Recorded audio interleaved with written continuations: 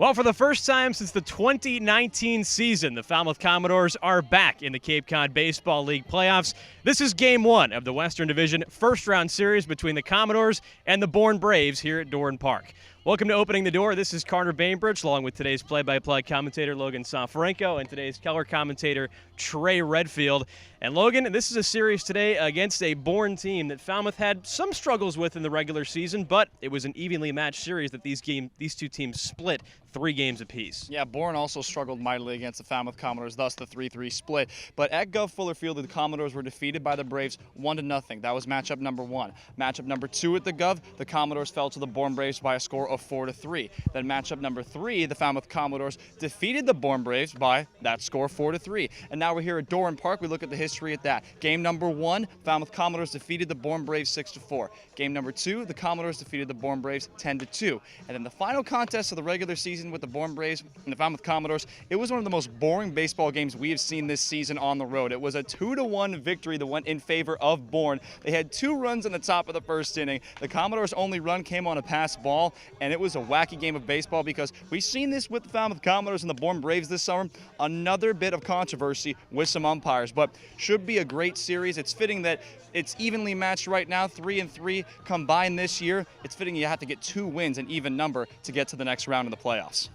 Well, it's a best-of-3 set here in the first round. The Doors are on the road for games 1 and 3 in this series, but they'll be back at the Gov tomorrow. Something they were not doing yesterday, Trey, was playing baseball. So even though the Doors are playing a team that has won the Western Division 2 straight years with the best regular season record, it was Falmouth who had the day of rest yesterday and not Bourne. And the reason why that was is because the Braves had to make up Game 43 against the Kituitt Kettleers. Bourne ended up winning that series, and it's the winners of the Western Division and President's Trophy champions. They did that back-to-back for the first time since 2012. So it's been a while since the Bourne Braves or any team in the division has had this sort of dominance. But the off day is really important for the Commodores, knowing the Braves had to work hard for a win against the Kettleers. They got it in dominant fashion, shutting out Kituitt. But either way, it's really important that that off day happened for the Commodores. And you know what? You're going to take that any day of the week because Bourne doesn't have that day. Falmouth does. It has that advantage despite the 3-3 record between the two. Despite Bourne's 8-1-1 record in its last 10 games, the Commodores had a day of rest. The Braves didn't, and they got to take it into this matchup and finish it with emphasis. You always want to be up 1-0 instead of down 0-1 going into Game 2 when it's a best-of-2 or 3 series. Well, that's something to certainly keep your eye on today. Of course, the off days so far in the Cape Cod League season has been pretty evenly spread out. You don't get a lot of them, so every single time you get one, you do have to cherish it as a team. The Doors got one and the Braves did not. But Trey, let's stick with you here. For the Doors on the mound today, it's a first-time starter this season, not first-time pitcher, in his second stint with the Commodores in left-hander Nolan Moore. Yeah, Nolan Moore has been one of the best stories for the Commodores this season. He got an opening day relief appearance against the Harwich Mariners, and it was a 9-2 loss. Remember when the Doors started 1-4 in their first 5 games? Yet here we are. But either way, Moore pitches for the New Britain Bees. He starts for the Bees in the Futures League. He went 2-0 in 4 starts there. He had 13 strikeouts, and now he's getting his first start in the postseason, the first game of the Cape Cod League playoffs. That's one heck of a story, guys, and Moore's making the move from Lafayette to Northwestern this season. I think the one thing that Moore needs to do is focus on his changeup tonight. One thing that Moore brings to the table is that he's one of those control left-handed pitchers that Falmouth has. If he uses his best pitch, which is that changeup that comes in at the low 70s and high 60s, then he's going to be successful. It's not about the strikeouts. It's about lowering the amount of walks. It's about putting balls in play. Not only that, but jammed ground balls in the infield. If Moore is doing that, then the Commodores are going to be successful, and it's up to the offense to give Moore that run support if Nolan is doing his job tonight.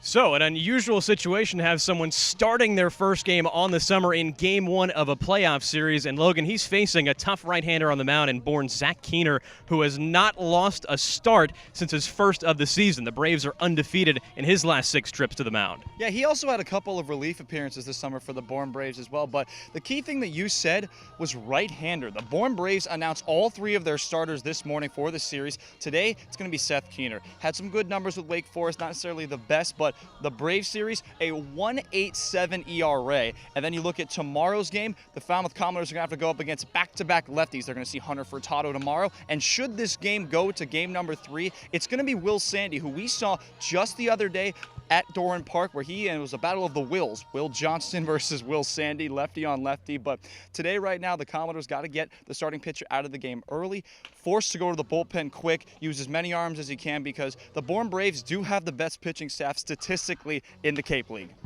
So there's your pitching matchup. It's Moore and Keener. But guys, I have to know, with a Bourne team that has so many top-of-the-line hitters in this league, and for a Dore's team that has been very hot lately hitting-wise, I'm interested to know, Trey, your first, Trey's takes. Who's a player to watch not only in this game but for the series for either team? I'm going to go with players. It's the 1-2 punch in the starting lineup for Falmouth that has been working all season.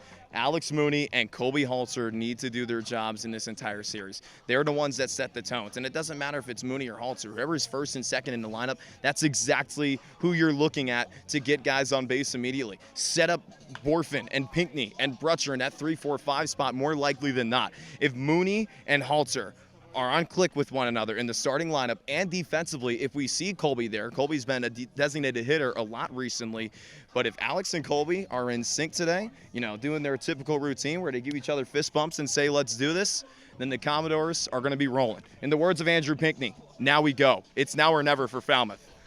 Well, the Doors have certainly gone when those two have this summer. Mooney and Halter at the top of the order practically from the first week of the season. They've been up there in that 1-2 punch. But, Logan, how about you? Any picks to click on either team for the game or series? I mean, he talked about the Falmouth Commodores 1-2 punch, and they've been really great the entire season. But the Bourne Braves have a guy that we have said a lot this season, and he goes by the name of Matt Shaw. He is a very high-regarded prospect in the next year's MLB draft, but also he's likely going to win MVP this year. He enters this postseason with a .360 batting average. He has over a 1,200 OPS against the Falmouth Commodores, and he has only been caught stealing 4 times in the regular season. And the most notable damage he did against the Falmouth Commodores came in that 1-0 victory for the Bourne Braves. That was on Nesson on June 30th at the Gov.